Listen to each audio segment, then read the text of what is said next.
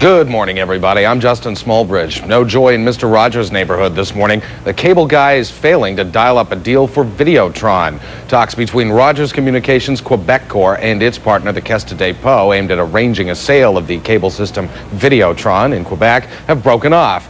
The Caisse wants to block Rogers' $5.6 billion bid for Videotron. The case goes to court in Quebec next week. Rules about investment are relaxing for Canadian do-it-yourselfers. Discount brokerage firms have been lobbying the Canadian Securities Administrators Organization to drop the requirement that licensed brokers review clients' orders to make sure they're suitable for each person's portfolio and risk tolerance. Now, the regulators are complying. The Ontario Securities Commission's Frank Switzer says a changing investment landscape mandates the change. Each brokerage wanting the rules relaxed has to apply for that privilege to the OSC. Clients have to acknowledge the lack of suitability checks in writing.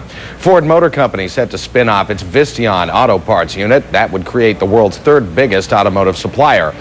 The world's #2 automaker will spin off Visteon in a distribution to shareholders so it can better compete for business with other car builders. Last year, Visteon had sales of $19 billion US. Once it's spun off, it will rank behind Delphi, spun off by General Motors last year.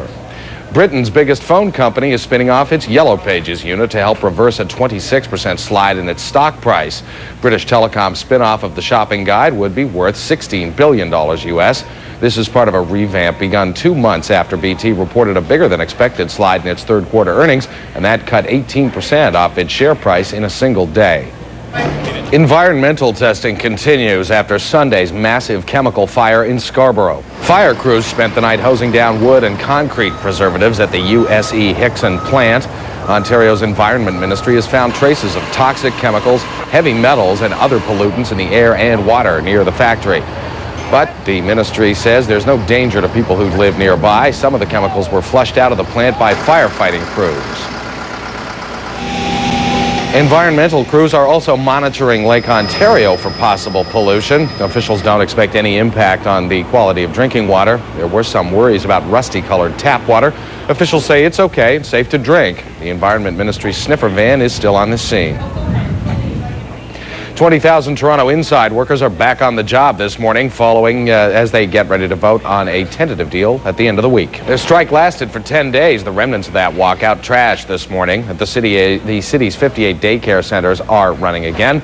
The deal includes a wage harmonization plan, a pay equity fund, improved benefits, and job protection. Time to check the morning drive now. Bob Summers is standing by live at the Chum Radio Newsroom. How's it looking, Bob? Hey, Justin, there is an end in sight. Also, maybe a little bit of snow and big dip in the road at Spadina. I want to be careful when I'm talking about big dips. And stalled vehicle northbound Vic Park at Eglinton. Justin. Thank you, Bob. I think I resemble that remark. I was talking about myself. Well, you know, if the shoe fits, I'll wear it as well. Thanks for updating us on the traffic. Thank you. All right, and Bob mentioned we'd be getting to the weather, and the weather is continuing lousy with a chance of greater crumminess. Basically, we're talking about possible snow this morning, rain this afternoon. All the details from Jennifer Valentine with a 5-day forecast. All right, we are going to take a break. Opening bell continues in a moment. You're watching Cable Pulse 24. Well, regular viewers of this program, of course, will know, of our money flow, will know that it's Investor Education Week and that all investors can always stand more education. The Toronto Stock Exchange is staging its second annual investor forum. It's free. There's food. Maybe there is such a thing as a free lunch. And it runs between noon and 2 at Stock Market Place at the corner of King and York. Cable Pulse 24 will be live from that forum between 1 and 1:30. Business editor Libby Znaimer moderating a panel discussion with some of the bigger players in the business. Joining us now with a closer look at the entire idea of investor education, Steve Key, Manager of Media and Information Services with the Toronto Stock Exchange. Good morning, Steve. Good morning. Welcome. All right. Opening bell will continue after this break. You're watching Cable Pulse 24. The Human Genome Project that is dedicated to decoding all of our genetic material raises a lot of ethical questions regarding patents, ownership of that code, whether it should be freely available. Joining us with a closer look at some of those issues, Richard Warzel, who's a futurist, a business consultant, and author of the best-selling book, The Only Secure Job. Good morning. Good morning. Warzel, thanks very much for joining us. My pleasure. All right, we will continue with Opening Bell in just a moment here on Cable Pulse 24. Rare jewelry from 4 private collections is at auction at Christie's in Hong Kong. The auction house director says this year's collection showcases both traditional and modern objects. The hammer falls May 1st. Christie's says the recovering Asian economy means it expects a good spring season. That concludes this 30 minutes of Opening Bell on Cable Pulse 24. Much more in a moment after. 30 minutes left until the closing bell, and it looks as though this Tuesday will be the third in a series. Tech stocks getting crushed, blue chips getting a boost. For proof and specifics, let's go live to the Translux data wall, streaming information from Reuters showing us where the markets stand in the home stretch. Engraved portrait of George Washington in chlorophyll. That'll cost you $1.46 1/3 Canadian.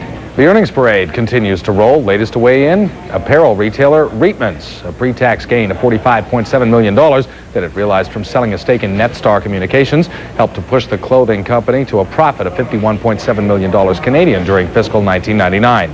Net earnings per share, $5.72 compared to $1.55 in 1998. Sales increased 11% to $477.7 million. Operating earnings up 60%. Shares of interactive pager maker Research in Motion, the company based in Waterloo, are flying today on news that it has unveiled the next generation of its devices. RIM shares up $8 to $130 on the news. RIM is launching an advanced version of its BlackBerry handheld unit. It's a little thing about that big that allows you to send and receive email and get internet access wirelessly. Almost 800,000 shares of RIM have traded today. And now, continuing to pick through the carnage, we go live to the Cable Pulse 24 production deck for the afternoon edition of BJ's Stock Talk with business producer BJ Del Conte. And there he is in the box. Alan Greenspan, who, if you're not sure, is the chairman of the U.S. Federal Reserve, says rapid advances in the technology sector are fueling a vibrant economy in the United States. He said that in a speech earlier today at Washington's Howard University. The central banker extolled the benefits of innovation, avoiding earlier warnings about stock gains driven by productivity, helping to overheat the economy. And then look what happens. Greenspan said the European and Japanese economies are not enjoying the same level of growth that the U.S. is, due in part to costly and inflexible labor markets in those countries. The snow is continuing to fall, and as gloomy as that makes all of us who are indoors, it's probably making drivers even gloomier. Let's check the traffic. We begin by looking at the Don Valley Parkway through the Bell Canada Eyes of Toronto. Time to check the weather forecast. As miserable as it is, the Cable Pulse Weather Watch begins with a look at tonight's lows across the province. And boy, are they. -2 in Kingston, -3 in Ottawa, -4 in Peterborough, -7 in Muskoka, -5 the low for Barrie tonight, -3 here in Toronto. 1 degree cooler at -4 in Niagara Falls. It'll be -5 in Toronto and Sarnia, and -2 in Windsor. Tomorrow's highs, 10 in Windsor, 7 in Sarnia and London, 2 in Goderich. In Niagara Falls, the temperature is supposed to climb to 6. We here in Toronto hope to get that high. 6 as well in Barrie, high of 3 in Muskoka, 2 in North Bay. In Peterborough, it will get up to 4, as it will in Kingston and the nation's capital. Continentally, 19 degrees in Vancouver, 2 in Edmonton, 3 in Regina, and 4 in Winnipeg. Wilmette, Skokie, Evanston, and places near Chicago, 13 degrees. Times Square tomorrow will be up to 11 degrees Celsius. 0 in Quebec City, 4 in Charlottetown, 3 in St. John's, Newfoundland. The Skyview satellite simulator shows a disturbance from the Midwest producing snow over southern Ontario. Here in the city, we'll see 2 to 3 centimeters accumulating. Regions to the north of us, as many as 5 centimeters. Temperatures remaining cool until Friday. Boo. Time for a break right now on Money Day. Much more straight ahead on CP24. It's tax time. Most of us can use all the help we can get. Intuit Canada has made the largest application software launch in Canadian history with the release of its Quick Tax line of personal software products. And joining us with a closer look, Eric Gauthier, who's the tax division manager with Intuit Canada. Good afternoon, Eric. All right, Money Day will continue in a moment. You're watching Cable Pulse 24. Das Boat 2? You make the call. Matthew McConaughey and rocker John Bon Jovi star in the underwater actioner U-571-U. Joining us with a closer look, the Toronto Sun's man at the movies, box office Bob Thompson. Hiya, Bob. You what? Exactly. We will each of us have to make our own decisions about this because we're out of time for now, but we appreciate it. Brief though it was pungent. Thanks, Bob. Get that bow tie back. I will. From Bay Street to Main Street to my closet and whatever's hanging in it or around my neck, everything you need to know.